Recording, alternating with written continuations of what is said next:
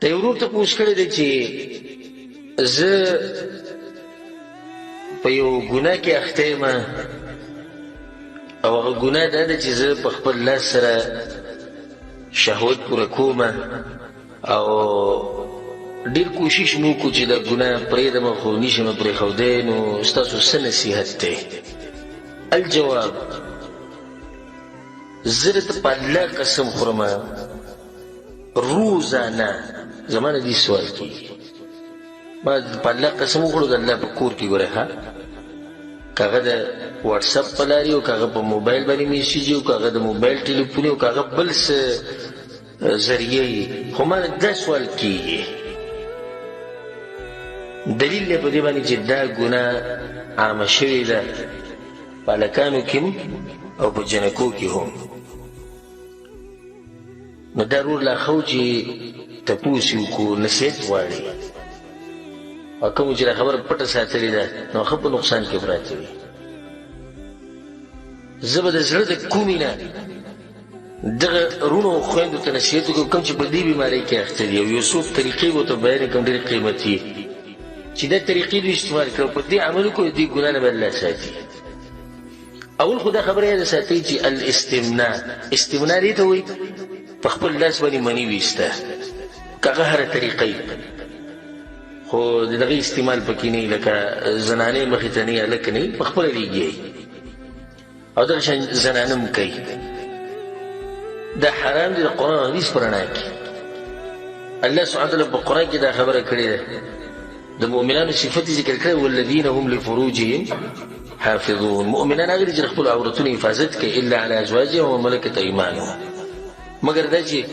د خپل ښځو سره که عورت استعمالوي یا د وینځو سره نو بیا خو هېڅ خبره نه فانهم غیر ملومین الله دوی څوک نشي ملامته کولی سړی چې په دې کې کوم ځای کې دلیل پکې شته که واوره مخکې الله څه وایي فمن ابتغى وراء ذلک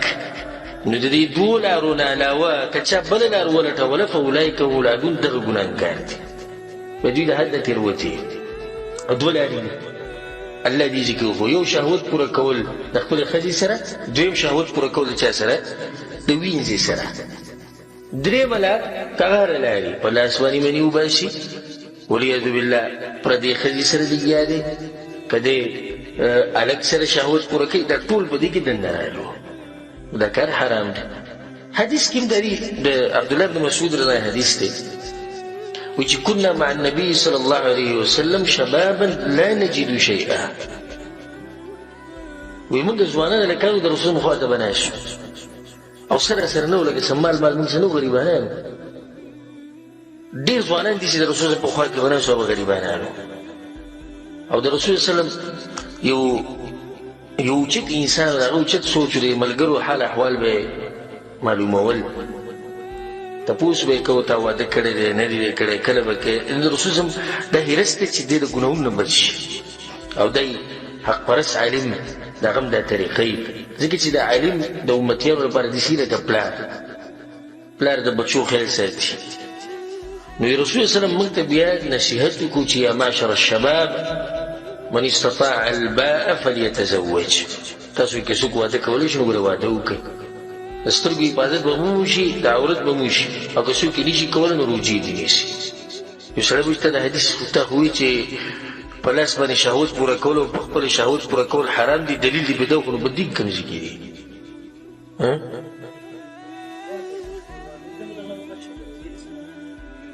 نه په دې کې دلیل دی چې دا کار ته چې کوم کېده حرام دی او هغه دې چې روجې نیوه اسانې دي او که په لاس باندې شهوت پوره کول اسان دي څه اسان دي شهوت پوره کول اسان دي ولې رسول صلی الله علیه وسلم دا ګرانه طریقه ښیي بیا ولې رسول صلی الله علیه وسلم ته پته نه چې داسې یو طریقه شته پته ده ورته که نه پته نه یې ښیي او ښه اسانه طریقه ده خو ویې نه وي چې تاسو کې څوک واده نشي کولی هغه خیر دی ده ځان له خپل شهوت پوره کوي داسې ونه وي وایي چې نشي کولی یو روجې نیسه که نه دلیل دی په دې باندې چې دغه کار حرام دی د هغې نه بعد بیا راځو یو څو نصیحتونه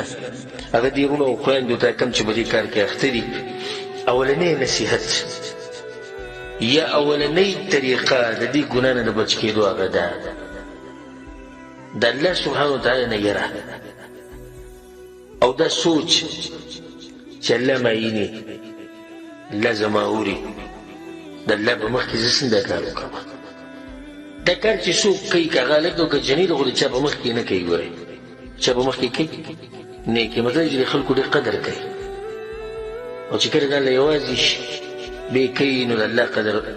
او تعظیم د ده په زړه کې نه وي ناولرې خبره دا ده د الله نه یره او په زړه کې ستا دا وي که توبه وي سته غواړئ که نه زه ټولو دغه وروڼو خویندو ته کوم چې په دې ګناه کې اخته دي که توبه وي سته غواړئ نو اولنۍ خبره دا ده چې ته په زړه کې دا ساتې چې دا کار زه د دې لپاره پرېږدم چې الله نه چېرته ناراضه نه شي ځکه چې الله خو معین نو دویم کار به دا وکړي دویمه طریقه بلکل په میخ لګول غواړي چې دا ګناه بیا ونه کړي واده وکړه دا ټول اوچته طریقه ده واده وکړه او دا قیسې پرېږده دا قیسې پرېږده چې په خپو ودرېږي او په خپو ودرېږي بل زما د یو عالم تقریر اورېدو او په دې مسله باندې بحث کوو ما سره والد صاحب هم ناست و هغه ته مې هم بیا وکړو ما ګوره د عالم څومره قیمتي خبره وکړه هغه عالم دا خبره کوله وی موږ مخکې څنګه وي موږ مخکې دا قیسې کولې چې په خپو ودرېږي په خپو ودرېږي هلک وایي د 15-16 کالو مور پلار به له جنۍ راوسته داسې وه که نه وه همدقه شان نو بیا هغه ووایي نتیجې څومره مزداره وه ټول عمر له بیا د جنۍ د دې هلک د مور پلار قدر او احترام کوو ځکه چې راوستې چا ده هغوی راوستې اوس وایي دوی لګیا هلک نه دی ولاړ هلک 13 کالو چې 15 خپلې پیسې وکړي ځان له واده وکړي نو بیا چې هغه چې دغه خواښې چې د انګور ته داسې کار وغیره کېږي هلک په خپله واده کړی او د هلک هم مور پلار ته په نړۍ دغه خبره ږدي چې ما خپل واده خپله کړ دغه یو قیمتي فایده ذکر کړه چې کله به د جنۍ به د مور پلار راوسته نو د جنۍ به بیا د مور پلار د خپل خواښې څخه ډېر قدر او احترام کو او د پلار به هم ډېر قدر او احترام کو چې د جنۍ دوی ماړه راوستې ده اوس هر سړی په خپله لاره دی په خپله مرضۍ واده وکړي بیا هغه جنۍ هغه خواښې څخه دوی لرې کېږي هغه په خپله واده کړی تاسو له پکې روپۍ ورکړی دغه یو ناشنا فایده ذکر کړه په ټیم جواب ما دغه بیان اورېدو خبره مې دې پورې کوو چې واده وکړو دا پیسې پرېږدئ چې په خپو ودرېږي او په خپو ودرېږي الله به دې مالداره کړي داسې طریقه روانه کړه که نه چې طریقه روانه کړو دغه غم خادیانې کې کېده کومې چې زموږ په معاشره کې دي نو بیا خو په 20 کالو کې هم نشي کولی خو که ساده ودې کې واده کوي او د رسول صم په طریقه نو واده ښه په اسانۍ سره کېږي بله ده مور پلار که هلک او جنۍ له واده نه کوي نو د هلک او جنۍ له پکار دي چې په څه طریقه د دوی د غوږ ته دا خبره ورسوي چې موږ واده کوو په دې باندې هغه نه ګناهګارېږي بلکې په دې ګناهګارېږي چې په ګناهونو کې پراته دي او څه وایي نه او مور پلار له پکار چې د الله نه ویرېږي د الله نه زه مور پلار ته وایم والله العظیم په الله د قسم خورم د الله په کور کې چې زموږ ځوانان هلکان او جنکۍ ګوره تباه و برباد شوي دا موبایل ورسره په جیب کې جنکو تصویرانو دا غلط کارونه کوي د جنکو سره دا موبایل پرتې د هلکانو د تصویران ګوري دا غلط کارونه کوي او موږ ځان داسې کړی چې دا تعلیم یافته دی او دا ښه دی او دله موبایل والا او دله پلانې والا او علانې والا د هر څه نه مخکې د دې حفاظت داسې وکړه چې واده وله وکړه نو دا دویمه طریقه شوه درېیمه طریقه دا شوه دا کم سوچونه او فکرونه چې تا ته راځي دا کم سوچونه او فکرونه چې تا ته راځي دا څه کړه دا ختم کړه لکه اوس یو سړی دی چې د شپې ورځې کېږي نو شیطان ورته لازم د جنۍ سوچ راولي چې جنۍ وي او داسې وي او دغه او جنۍ وي چې هلک وي او داسې وي او دغه زه به دا خبرې صفا کوم چې ځکه چې دا مسله عامه شوې ده او زه یې پټه وساتم بل یې پټه وساتي دې څوک پوه کوي مور پلار یې پوه کوي نه نو دې سوچونو کې چې ته پروت وي به دا کار کوې خو په ځان باندې د سوچونو ده دا دروازه څه کړه دا بند کړه دغه طرف ته قطعا سوچ مه کوه دا درې خبرې شوې څلورمه خبره نظر خپل کوز ساته د نظر حفاظت ځکه چې اولنی غشی چې هغه د فحاشۍ طرف ته ځي هغه دا سترګې دي او دا موبایل چې نه وي او دا قصې نه وي دا فلمونه او دا ډیشونه او دا شینه مینه پخوا چې د چا دا ګناهونه کړي دي اوس د 2 کالو ماشوم چې کور ته راننوځي ته به یېرېږي چې دی په څه پوهه دی او که نه دی پوهه خور او ورور چې د یو بل سره لوبې کوي نو ستا به پرې نظري ځکه چې اکثر دا دغه وګوري دا ویډیوګانې د شینې مینې وګوري هغه به یې تطبیق کوي هغه شان کارونه بیا کوي دا ولې یو څو ورځې مخکې په پنجاب کې د 7 کالو جنۍ سره زیاتی وشو، بیا ولې په مردان کې وشو، او ولې په کراچۍ کې وشو، ولې وجه یې دغه موبایل دی. دغه موبایل خلک دیزي ته راورسول، دی پوځي دی شهوت دیزي ته راورسي، چې دیزي ته شهوت راورسي نو دی بیا نه د 7 کالو جنۍ ته ګوري او نه د 15 کالو جنۍ ته ګوري، او نه بیا مور ته ګوري او نه بیا خور ته ګوري. پرون مې ویډیو کته د 80 کالو بوډا په کراچۍ کې او د 7 کالو ماشومې ته لاس اچولی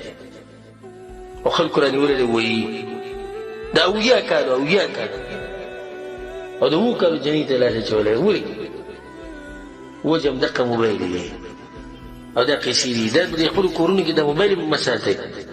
او مه دا چې بس جنۍ کولاو کې ما له موبایل ته موبایل لېږلی، هلک ما له موبایل ته لېږلی. کور کې موبایل کافي ده که یو وي د ټلیفون دپاره رابطو دپاره، خو هر یو سره جدا جدا موبایل او هغه ځان له په جدا کمرو کې ناست. ته دې څه خبرې ته دغونه څه خبرې نه. د نظر حفاظت الله په قرآن کې څه وایي؟ قل للمؤمنین یغضوا من ابصارهم، ووایه مؤمنانو سړو ته چې د خپل نظرونه کوز ساتي. دغه شان یو نصیحت هغه دا دی، 5مه خبره هغه دا شوه چې د هغه ځایونو نه ځان لرې ساته چې هلته د انسان کې د شهوت راوچتېږي. هغه ځایونو له مه ورځه، لکه بازارونه شو، باغچې شوې، کوم ځای کې جنکۍ ډېرې ګرځي راګرځي هلته مه ځه. دا څو خبرې شوې؟ 5. 6مه خبره دا ډېره فایدهمنه خبره ده، یوازې ډېر مه پاتې کېږه. سړی یوازې شي دی دا ګناه کوي. که هلک ته او که جنۍ ده، زه هغو ته دا وایم چې یوازې مه اوږده کېږئ، یوازې کمره کې مه اوسېږه، بیا به دا ګناه کوي. ځکه چې کله ناکله داسې چې سړی یوازې شي او هلته تقوا نه وي، د الله نه یره نه وي، بیا دا ګناه کوي. خو چې کله ورسره خوا کې څوک وي، ورور وي، ملګری د جنۍ سره خور وي، مور وي، نو بیا دا کار دا نه کوي. او دا یو فایدهمنه طریقه ده ساتي چې یوازې چې څومره یوازې کېږي نو نقصان به در رسي. نو کوشش دا کوو چې یوازې کېږي ډېر ما. دا څو خبرې شوې؟ 6. 7مه خبره دا شوه په عباداتو کې ځان مصروفه کوي. که په عباداتو کې چې کوم تا سره فارغه وخت دی نو په عباداتو کې ځان مصروفه کوي، تا ته به ټیم نه میلاویږي د دې ګناه کولو. 8مه خبره دا شوه چې هغه بیماریانو ته وګوره او په هغې کې سوچ وکړي کوم چې د دې کار د لاسه په انسان باندې راځي. نظر کمزوری کېده، غټه بیماري ده. کوم سړی او ښځه شهوت په خپل لاس په خپله پوره کوي، د دوی نظر کمزوری کوي، اعصاب کمزوری کوي، دماغ کمزوری کوي. او دغه شان عورت هغه څه شي هم کمزوری شي. عضو تناسل چې کوي هغه کمزوری شي، په ملا باندې دردونه راشي. دا نن سبا د ځوانان چې کوم دي ډېر په کې دي چې د ملا د تکلیف او بیماریانې په وختي راغلي، نو د هغې ډېرې وجې کېدی شي. خو یو وجه یې دا ده چې په دې کار کې اخته دي، د هغې د لاسه د ملا دردونه او دا هر څه پرې راغلي. دغه شان بچي نه کېږي داسې سړي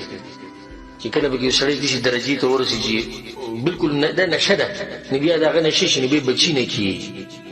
ځکه چې هغه جراثیم چې څومره هغه ټول څه شو، هغه ضایع شو. اوس یو هلک ته 15 کالو په عمر کې واده وکړو